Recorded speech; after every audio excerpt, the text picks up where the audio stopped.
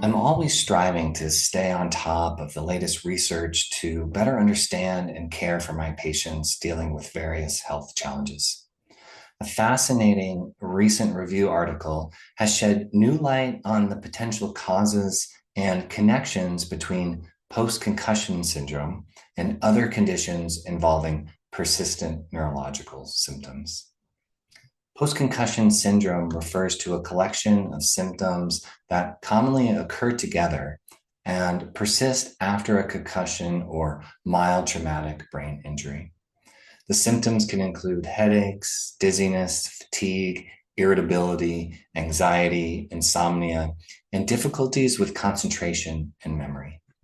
While the current diagnostic criteria for post-concussion syndrome focuses on these symptoms occurring after head trauma, research has uncovered some interesting findings that call into question whether post-concussive syndrome is truly unique to brain injuries.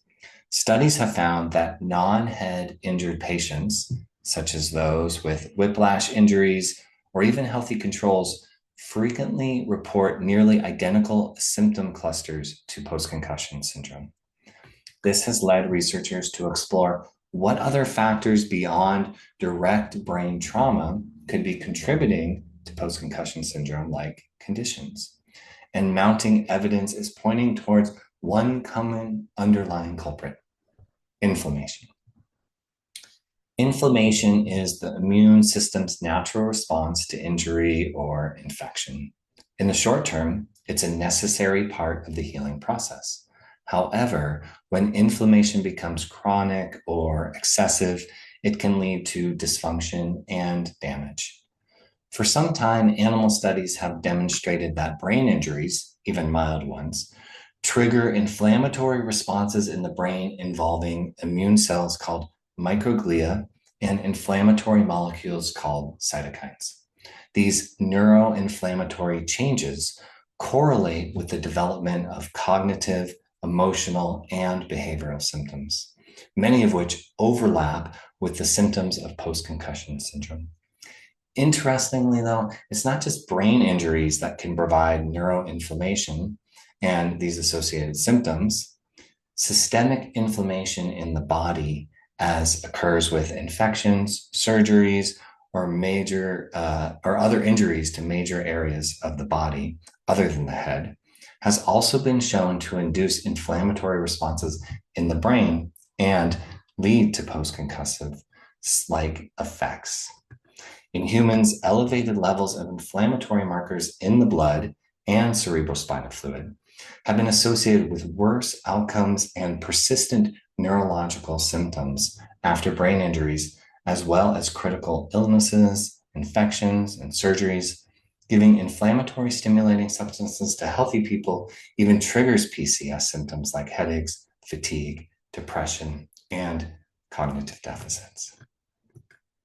Based on the wealth of evidence linking inflammation in the brain to the symptoms seen in post-concussive syndrome and other related conditions, the authors of this review propose a new unifying framework: post-inflammatory brain syndromes. Post-inflammatory brain syndromes suggest that any significant inflammatory insult, whether it originates in the brain, like with a concussion, or elsewhere in the body, has the potential to trigger a cascade of neuroinflammation that alters brain function and generates the common symptom clusters we associate with post-concussive syndrome. Other conditions that could fall under the post-inflammatory brain syndromes umbrella include post-operative cognitive dysfunction, chemo brain, post-ICU syndrome, chronic fatigue syndrome, Gulf War illness, and others. By recognizing the shared inflammatory mechanisms behind these conditions, we may open new doors for understanding their etiologies and developing targeted therapies. Adopting a post-inflammatory brain syndrome approach or perspective could have significant implications for how we diagnose and treat concussions like conditions like post-concussion syndrome.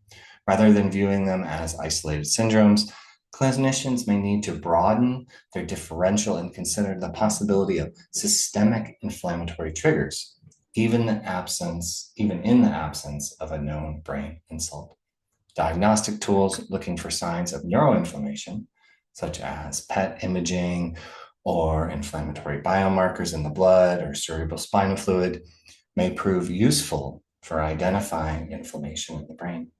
And interventions aimed at reducing neuroinflammation and supporting the brain's resilience in the face of inflammatory insults could represent promising avenues for managing or even preventing these conditions. Some early evidence suggests that nutritional and lifestyle approaches that reduce inflammation, such as omega-3 fatty acids and healthy sleep, as well as medications that inhibit inflammatory pathways, may improve chronic neurological symptoms.